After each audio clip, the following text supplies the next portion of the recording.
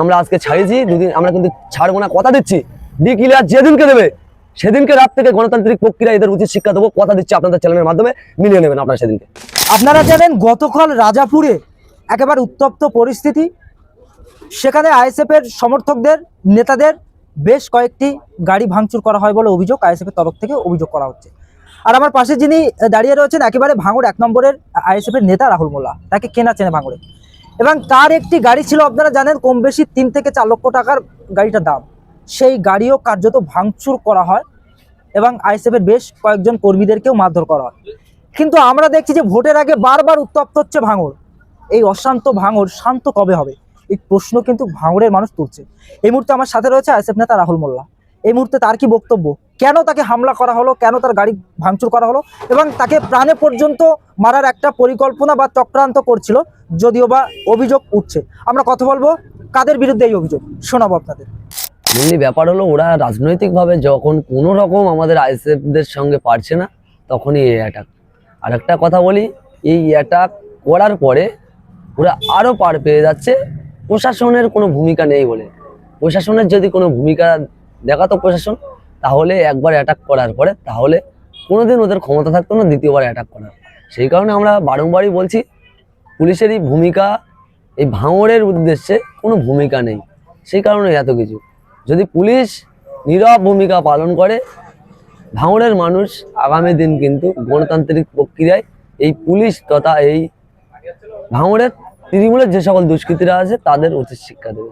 দেখুন, যখন দলে নাম লিখিয়েছি আমরা, আমাদের দলের প্রতিষ্ঠাতা পীরজাদা আব্বাস সিদ্দিকী ভাইজানের হাত ধরেই আমাদের দলে কেউ যুক্ত হলে প্রথমেই আমরা অপশান রাখি তার কত বিঘা জমি আছে, সে কি কাজ করে, তার কটা গাড়ি আছে, বাড়ি আছে, সেই কোশ্চেনগুলো আগে করি। তারপরে আমরা বলি যে আমাদের দলটা করতে গেলে হয়তো এগুলো কিছু থাকবে না, তারপরেও কি আপনারা দলটা করবেন? তারপরেও আমাদের ছেলেরা এই দলটা করে বা আমরা নেতৃত্ব দিচ্ছি।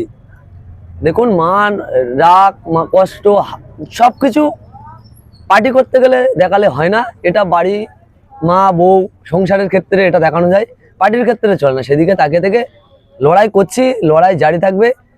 এই স্বৈরাচারী সরকার তৃণমূল তথা বিজেপির বিরুদ্ধে লড়াই থাকবে আমাদের, যতদিন না এই দুটি সরকার ভারত তথা পশ্চিমবাংলা থেকে যাচ্ছে ততদিন এই লড়াই থাকবে। এখন থেকে ওরা এইসবগুলো করছে একটাই কারণে, ওদের কাছে পুলিশ আর কেস এই দুটো ছাড়া তৃণমূল কংগ্রেসের কাছে কিছু নেই। ওরা চায় এই ঝামেলা ওরা করছে, আমরা যদি ওরা 100 হাত আগিয়ে আসছে, আমরা যদি 1 হাত বাড়াই আমাদের নামে মিথ্যা কেস হবে, হওয়ার পরে আমাদেরকে গ্যারেজ করে দিয়ে শান্তভাবে ভোট করে নেবে। আমরাও অত কাঁচা কাজ করি না, দুটো চড় খাবো, দুটো মার খাবো, গাড়ি ভাঙচুর হয়েছে সব মেনে নিচ্ছি। শুধু আপনারা ডিক্লেয়ারটা হতে দেন, এই ভাঙড়ের হোল আলাদা হয়ে যাবে। প্রতিদিনই আপনারা সোশ্যাল মিডিয়ায় দেখতে পাবেন তৃণমূল কংগ্রেসের যে সকল কর্মী, যে সকল ভাইয়েরা আছে, একের পর এক আমাদের সঙ্গে যোগাযোগ করে রেখেছে। ডিক্লেয়ার হওয়ার পরেই আইএসএফ আসবে, তৃণমূলের কোনো অস্তিত্ব থাকবে না এই ভাঙড়ের বুকে, মিলিয়ে নেবেন। এবং যদি মনে করে তৃণমূলের বন্ধুরা যে আমরা চুপচাপ আছি বলে আমাদের দুর্বল যদি ভাবে, তাহলে ভুল ভাবছে। আমরা কিন্তু এর উত্তর দেবো, বারংবারই প্রতিটা মিডিয়ায় বলে যাচ্ছি, এর উত্তর দেবো ডিক্লেয়ার যেদিনকে হবে সেদিনকে রাত থেকে। কেউ আমাদের এই কথা থেকে সরাতে পারবে না। যদি আমার দলের চেয়ারম্যানও বলে যে চুপ থাকো, আমাদের শুধু দলের চেয়ারম্যান চুপ থাকতে বলেছে বলে আমরা চুপ আছি, দলের চেয়ারম্যানও যদি বলে তখন দলের চেয়ারম্যানের কথা আমরা শুনবো না। হয়তো দল বিরোধী কাজ করা হবে বলবে, তারপরেও আমরা মার খেয়ে, তাড়া খেয়ে, কেস খেয়ে যেভাবে এখনো পর্যন্ত চুপচাপ আছি, শুধু আমরা অপেক্ষায় আছে ডিক্লেয়ারের। ডিক্লেয়ার হোক, তৃণমূল নামক দল ভাঙড়ের বুকে থাকবে না। দেখুন, শান্ত ভাঙড়কে অশান্ত করছে, এর দায়ভার আমরা বলবো ক্যানিং পূর্বের নটোরিয়াস ক্রিমিনালকে। কারণ আমরা এর আগেও আচ্ছা লিডারদের তৃণমূল কংগ্রেস থেকে সরিয়ে দিয়েছি লড়াই করে, তাদের কোনো অস্তিত্ব নেই আজকে ভাঙড়ের বুকে। যারা তৃণমূলটা জন্ম দিয়েছে তাদের মতো লিডারদের ভাঙড় থেকে সরাতে পেরেছি। আর সিপিএম থেকে আসা ক্যাটার, তাকে সরাতে আমাদের বেশিক্ষণ টাইম লাগবে না, শুধু অপেক্ষার সময়। বারংবারই বলছি, ক্যানিং পূর্বের নটোরিয়াস ক্রিমিনাল না যদি ভাঙড়ে আসতো, ভাঙড়ের আমাদের কর্মী 3টে, তার মায়ের কোল খালি হতো না বা তার সন্তানরা আজকে এতিম হতো না। এবং তৃণমূল কংগ্রেসের যে সকল ভাইরাও আজকে নেই, ভাঙড়ের বুক থেকে চলে গেছে, তাদের জন্য কিন্তু দায়ী একমাত্র এই নটোরিয়াস ক্রিমিনাল। ও যদি ভাঙড় থেকে সরে যায় তাহলে ভাঙড়ে অশান্তি বন্ধ হয়ে যাবে। দেখুন, আমি এর আগে বারংবারই আমি বলেছি আমরা আর যে চোরের দল করি না, কারণ চোরের দলে কিছু হোক আর না হোক এরা এতটুকু পারে মিথ্যাভাবে কোনো ইস্যু করে গার্ড নিতে পারে, মিথ্যাভাবে কোনো কেস ঘটিয়ে মানে মিডিয়ার সামনে ফোকাস হতে পারে। কিন্তু আমরা আমাদের প্রাণঘাতী, বিশেষ করে আমি ব্যক্তিগতভাবে বলি, সবাই জানে ভাঙড় থানার পুলিশ থেকে শুরু করে আমার ডিআরও বসে আছে, আমাকে মার্ডার করার পরিকল্পনা চলছে অনেক দিক দিয়ে। আমি শুধু একটু এড়িয়ে চলছি বলে না, তো কোন দিন হয়তো আপনারা আর শুনতে পাবেন আমি মানে হতাশ ভাবে আছি, বা কোনদিন হয়তো আমাকে না জানো এরা জানে মেরে ফেলে। কালকে যেভাবে অ্যাটাক করেছিল, ওদের কাছে এমন কোনো জিনিস ছিল না যে ওদের কাছে ছিল না, সবকিছু ছিল, শুধু আমি একটু সরে গেছিলাম বলে, না তো কালকেই হয়তো আমি ডেট হয়ে যেতাম ওখানে। সেভাবে ওরা পরিকল্পনা করে এসেছিল। তারপরেও আমরা ওদের মতো বলি না যে আমার গার্ড দিতে হবে, এটা দিতে হবে, ওটা দিতে হবে।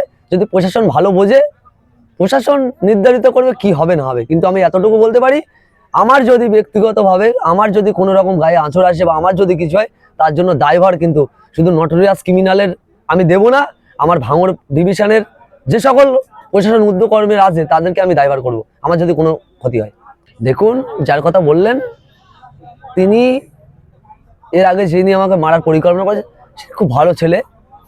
তানাকে টাকার প্রলোভন দেখিয়ে আমাকে মার্ডার করার পরিকল্পনা করেছিল। কিন্তু ওই তৃণমূল কংগ্রেস, যে সকল তৃণমূলের বন্ধুরা এত অত্যাচার করে বেড়াচ্ছ, তাদের উদ্দেশ্যে এতটুকু মেসেজ, নিশ্চয়ই বাবলুকে সবাই চেনে, তৃণমূলের জন্য কি করেনি ও, সব কিছু করেছে কিন্তু কিচ্ছু পায়নি। লাস্ট পর্যন্ত তৃণমূল কংগ্রেস ওকে জেলে ঢোকালো। আমাদের বিরুদ্ধে আমাদের মারার পরিকল্পনা, আমার সঙ্গে জেল কেটেছে। আবার আমার উকিল ধরিয়ে, আমার আইএসএফ এর উকিল ধরিয়ে নওশাদ ভাইয়ের হাত ধরে আবার জামিন করিয়েছি। তারপরে এসে আমার দলে যোগ দিয়েছে। যে সকল বন্ধুরা তৃণমূলের ভাবছো যে মেরে ধরে ভাঙচুর করে আমরা ঠিক থাকবো, তাদের উদ্দেশ্যে বলি তোমাদেরও রেডি থাকতে হবে। আগামী দিন ও হয়তো জেল কেটেছে, তোমাদের হয়তো রাজ্জাক খানের মতো হয়তো তোমাকে কোনদিন মার্ডার করে দেবে এই শওকত মোল্লা তথা এই আহসান বাহিনী। সেদিকে তাকে রেখে এতটুকু মেসেজ দেবো, প্রথমেই যেটা বললাম যে মার্ডার করার তৃণমূল কংগ্রেসের যত মার্ডার করবে, যত ধর্ষণ করবে, যত খুন করবে, যত চুরি করবে, তার তত প্রমোশন হবে। আর একটা তোমাদের কথা বলে রাখি, ভাঙড়ে কোনোদিন যদি কোনো মার্ডার হয়, কোনো খুন হয় বা কোনো জায়গায় কোনো অত্যাচার হয়, তার জন্য কিন্তু দায়ভার পুরো নিতে হবে ক্যানিং পূর্বের নটোরিয়াস ক্রিমিনালকে। কে বললো মাথা চাকার দিয়ে আসে? ভাঙড়ের তৃণমূলের নেতা আছে? ভাঙড়ের তৃণমূলের নেতা কে? নাম একটা বলে দেখান।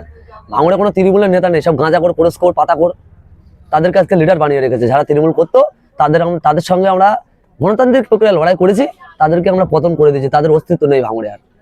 আজকে ভাঙড়ে সব হিজড়া, তৃণমূল যারা করে সব হিজড়ে, আমি তো মনে করি সব হিজড়ে। সেদিন তা না হতো, ক্যানিং পূর্ব থেকে এসে এখানে ছড়ি চালাতে পারতো না। যদি ভাঙড়ের যদি তৃণমূল কংগ্রেসের যদি ছেলেরা থাকতো বা কোনো লিডার থাকতো, ভাঙড়ে কোনো তৃণমূলের অস্তিত্ব নেই। ক্যানিং পূর্ব থেকে ভাড়া করা ক্রিমিনাল ভাঙড়ে এসছে, তবেই তৃণমূল দলটা চলছে। যেদিনকে ভাঙড় থেকে এই নটোরিয়াস ক্রিমিনাল গো ব্যাক হবে, ক্যানিং পূর্বে চলে যাবে, সেদিনকে ভাঙড়ে তৃণমূল কংগ্রেস লিডার তো দূর কি বাত, একটা ঝান্ডা লাগানো লোক খুলে পাবেন না। দেখুন, আমরা ওই কাজে বিশ্বাসী নয় যে মারির বদলা মার, ভাঙার বদলা ভাঙো, এটাই আমরা বিশ্বাসী নয়। ওরা ভাঙছে, আমরা গড়বো। ওরা যদি কোনো জায়গায় মানে ওরা যদি মার্ডার করে, আমরা বাঁচিয়ে রাখবো। ওরা যদি দুর্নীতি করে, আমরা দুর্নীতিগ্রস্ত হটাবো, আমরা সুস্থ ভাঙড় করবো। আমাদের উদ্দেশ্য এই।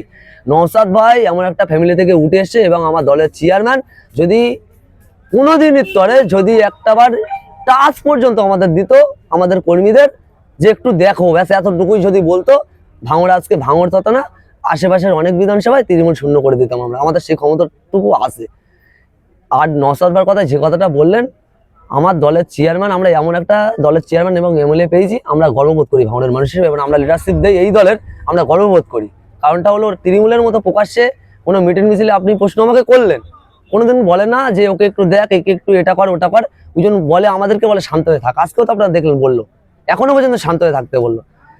সেই জন্য বলবো আপনাদেরকে যে 2026 সালে এই ক্রিমিনাল ক্যানিং পূর্ব থেকে এসে যেভাবে ভাঙড়ের মানুষকে নিয়ে খেলা করে নিচ্ছে, গণতান্ত্রিক প্রক্রিয়ায় 2026 সালে ভাঙড় থেকে এই তৃণমূল নামক দুর্নীতিগ্রস্ত দলকে, এই ধর্ষণকারী দলকে, এর মার্ডারকারী দলকে ভাঙড় থেকে শূন্য করতে হবে। আপনাদের উদ্দেশ্যে এতটুকু আমার মেসেজ।